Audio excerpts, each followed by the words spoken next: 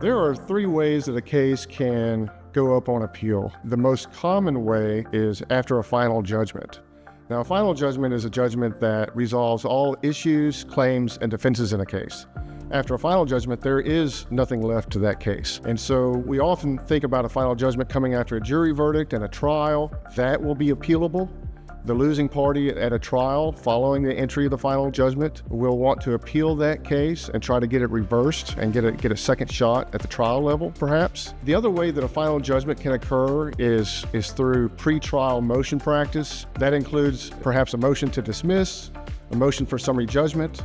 These are motions that one party files, typically the defendant, will file saying, look, Your Honor or Judge, there is no reason for this case to go to trial because there are defects in the facts and evidence, or there are legal reasons why this case shouldn't be allowed to go to trial. If a trial judge grants a motion to dismiss or grants a motion for summary judgment, and again, it eliminates all issues, claims, and defenses in the case, then the losing party will often want to appeal that to the appellate court to try to get it reversed. The second mechanism by which a case may go up on appeal is through an interlocutory appeal. An interlocutory order is one that does not resolve all issues, claims, and defenses in a case. It's one that only partially resolves some issues, but because of the nature of the order, the rules and the law allow parties to appeal that without waiting first for a final judgment. In Texas, for example, we have a statute that tells you which interlocutory orders can go up on appeal. One example is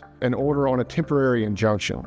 So if a plaintiff files a lawsuit and seeks a temporary injunction, either requiring a defendant to do something or an order preventing a defendant from taking a certain action, and that gets denied or granted, that order may go up on appeal. And the same thing with when a government who's been sued claims that a case should be dismissed or a part of a case should be dismissed based on their sovereign immunity.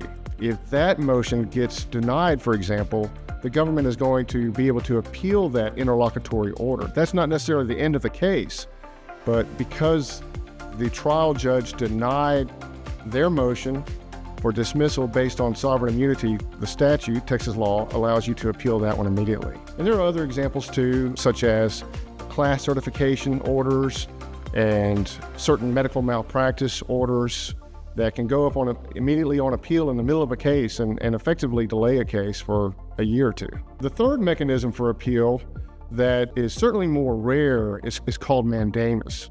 It's not technically an appeal, but it is an appeal in this sense, that if there is a mistake by the trial judge that one party feels is so egregious and that cannot be remedied by the normal appellate procedures, that aggrieved party may file a petition for mandamus with the appellate court.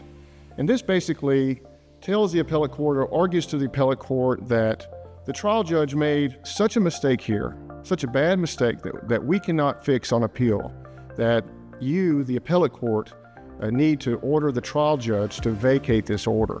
Now, the most common scenario where a mandamus petition gets filed is when a trial judge orders one party to turn over confidential materials.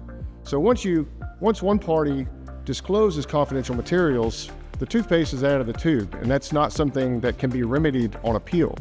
So prior to abiding by that order and turning over confidential materials to the other side, the aggrieved party may seek a mandamus order from the appellate court, effectively reversing that order requiring them to turn over the confidential materials.